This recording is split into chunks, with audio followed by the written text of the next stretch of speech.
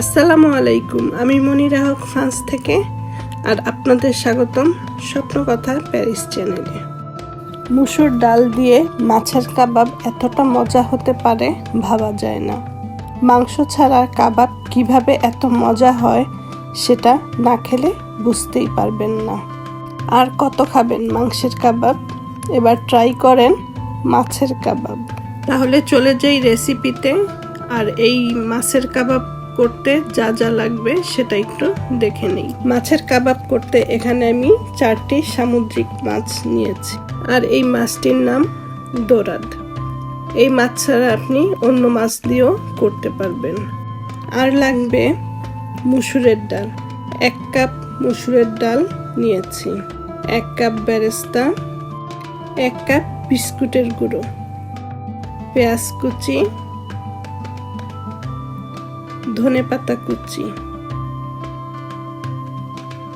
1টি ডিম, থাই পাতা, আধা চা চামচ হলুদ গুঁড়ো, আধা চা চামচ মরিচ গুঁড়ো, 1 চা চামচ গরম মশলা গুঁড়ো, 1 চা চামচ জিরে গুঁড়ো, 1 চা চামচ ধনে গুঁড়ো এবং স্বাদ মতন লবণ। এবার চলে যাই মূল রান্নায়। একটি পাত্রে পর্যাপ্ত পানি নিয়ে পানিটা গরম করে নিতে হবে। পানিটা গরম হলে দিয়ে দিব ফ্রেশ থাই পাতা। থাই পাতা দিলে মাছের যে গন্ধ থাকে সেটা চলে যাবে। আর থাই পাতা না থাকলে লেবু পাতা দিতে পারেন, অথবা লেবুর খোসা বা চামড়া দিতে পারবেন। তবে লেবুর রস দেওয়া যাবে না, তাহলে একটা টক ভাব চলে আসবে। পানিটা ফুটে উঠলে দিয়ে দিব মাছগুলো।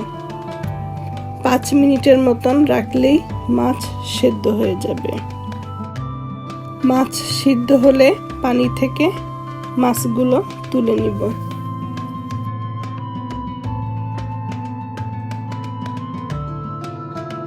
একটি প্লেটে মাছ নিয়ে কাটা বেছে নিব। এই মাছে তেমন কোনো কাটা নেই, তাই কাবাব করতে সহজ। কাটা বাছার অত ঝামেলা নেই। শুধু এই মাছ দিয়ে কাবাব করতে হবে তা নয়, যে কোনো মাছ দিয়েই কাবাব করতে পারেন। একইভাবে সবগুলো মাছ কাটা বেছে নিব। এরপর মুসুর ডাল ভালো করে ধুয়ে সিদ্ধ করে নিতে হবে। হাঁড়ির মধ্যে ডালগুলো দিয়ে সাথে পানিও দিয়ে দিলাম সিদ্ধ হতে। তবে বেশি পানি দিব না, ডাল সিদ্ধ হয়ে পানি শুকিয়ে যাবে এমন পরিমাণ পানি দিব। আর শুধু হলুদ গুঁড়ো দিয়ে দিব। ঢাকনা দিয়ে ঢেকে দিলাম সিদ্ধ হওয়ার জন্য।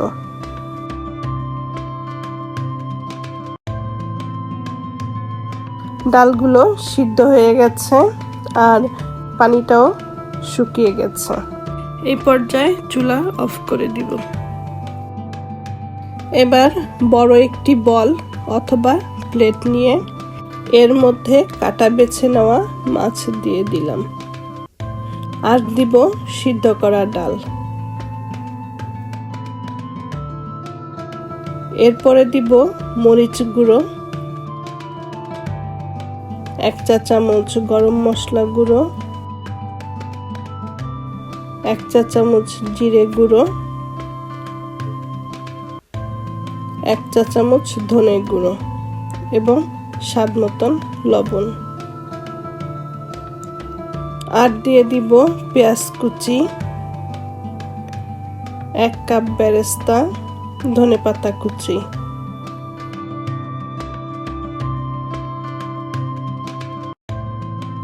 আর দিলাম একটি ডিম।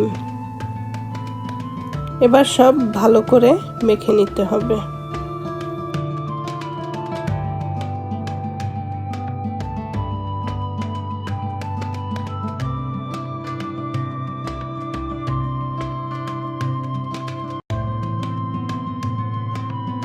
ভালো করে মেখে নিয়ে দিয়ে দিব বিস্কিটের গুঁড়ো। বিস্কিটের গুঁড়ো না থাকলে পাউরুটি গুঁড়ো করে দিতে পারেন অথবা টোস্ট বিস্কিট গুঁড়ো করে দিতে পারেন। অল্প অল্প করে দিয়ে মেখে নিব।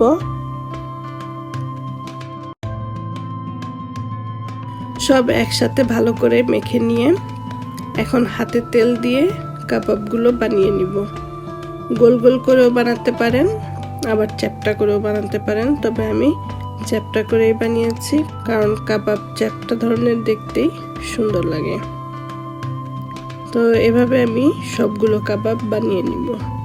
কাবাব বানিয়ে ফ্রিজে অনেক দিন পর্যন্ত রেখে খেতে পারবেন।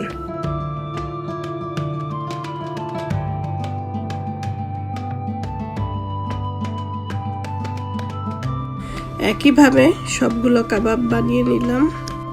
এবার তেলটা ভালো করে গরম করে নিতে হবে। তেলটা ভালো করে গরম না হলে কাবাব ভেঙে যাওয়ার সম্ভাবনা থাকে। তেলে কাবাব দিয়ে একটু হলেই চুলার হিট মিডিয়াম করে দিতে হবে, নয়তো বাইরের সাইডগুলো কালো হয়ে যাবে আর ভেতরে ঠিক মতন হবে না। মাংসের কাবাব বানাতে অনেক কষ্ট করতে হয়, আর মাছের কাবাব খুব সহজেই করতে পারেন। মাংসের কাবাব থেকে এই মাছের কাবাবের টেস্ট কোনো অংশে কম নয়। আর যদি ভাবেন মাছের গন্ধ আসবে, সেটাও সম্পূর্ণ ভুল ধারণা। বিকালের নাস্তায়ও এই কাবাব খেতে পারেন। অসম্ভব মজার হয় এই কাবাবটি, সেটা আপনি খেলেই বুঝতে পারবেন যে এটার স্বাদ কতটা মজাদার। তো আশা করি আজকের এই রেসিপি আপনাদের ভালো লেগেছে। আর ভালো লাগলে অবশ্যই স্বপ্নকথা প্যারিস চ্যানেলের সাথে থাকবেন। আবারও কোনো নতুন রেসিপি নিয়ে হাজির হব। ভালো থাকবেন সবাই। আল্লাহ হাফেজ।